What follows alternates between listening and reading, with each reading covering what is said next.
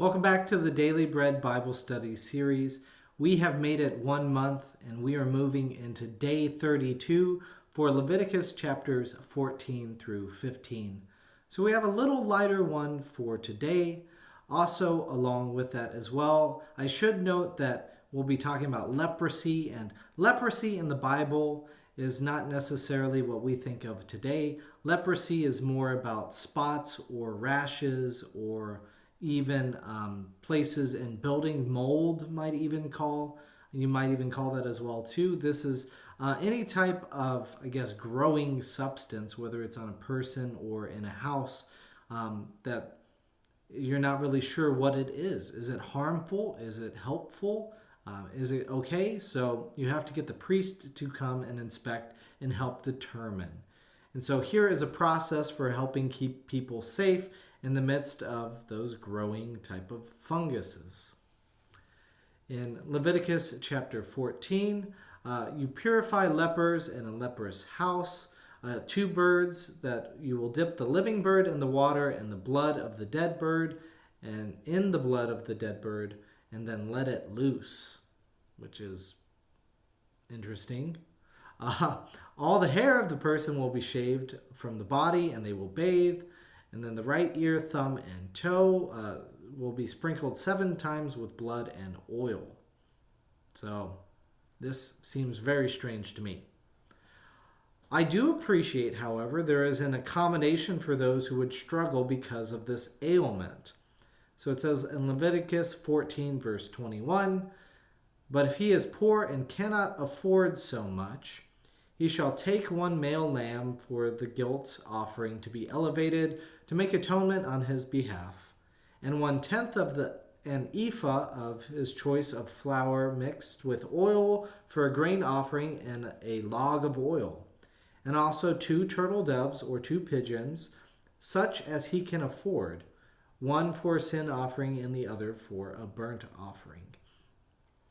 So all of this is in some way is trying to maintain the balance with God, but also acknowledging that if you suffer from this condition or have this hardship put upon you, you might not be able to financially do much about it. You would not be able to do your normal tending and job type of opportunities. You might even be displaced from something like your house, as we will see here in talking about handling houses that have this type of growing material. The house stones and wood and mortar of a house that was condemned would be taken to an unclean place.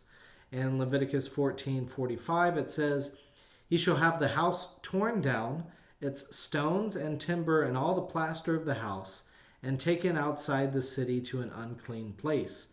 And all who enter the house while it is shut up shall be unclean until the evening."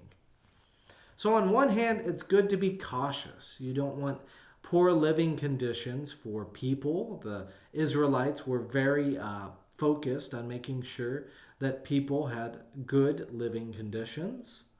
But on the other hand, it's kind of hard to lose your house. I think the important thing here is that in their society, they had to lean on their neighbors. And in Leviticus 19, verse 18, it reminds us to love your neighbor as yourself. This is something that should seem very familiar for Christians, as Jesus calls us to love our neighbors as ourselves and going above and beyond to take care of those who are in need. So in Leviticus chapter 15, we get into more rules around bodily discharge. That makes me think about sanitizing after vomit or bleeding or diarrhea, especially with my kids who are at a young age, and there's a lot of it. And this includes men's semen discharge, and then also 7 days for menstruation. Though men's semen only is for 1 day that you will be unclean from that. "Thus you shall keep the people of Israel separate from their uncleanness, so that they may not die in their uncleanness by defiling my tabernacle that is in their midst." So that's Leviticus 15:31. The idea is to make sure that you do not incur God's wrath from being ritually unclean. So anyways, we will discuss more about Leviticus next time.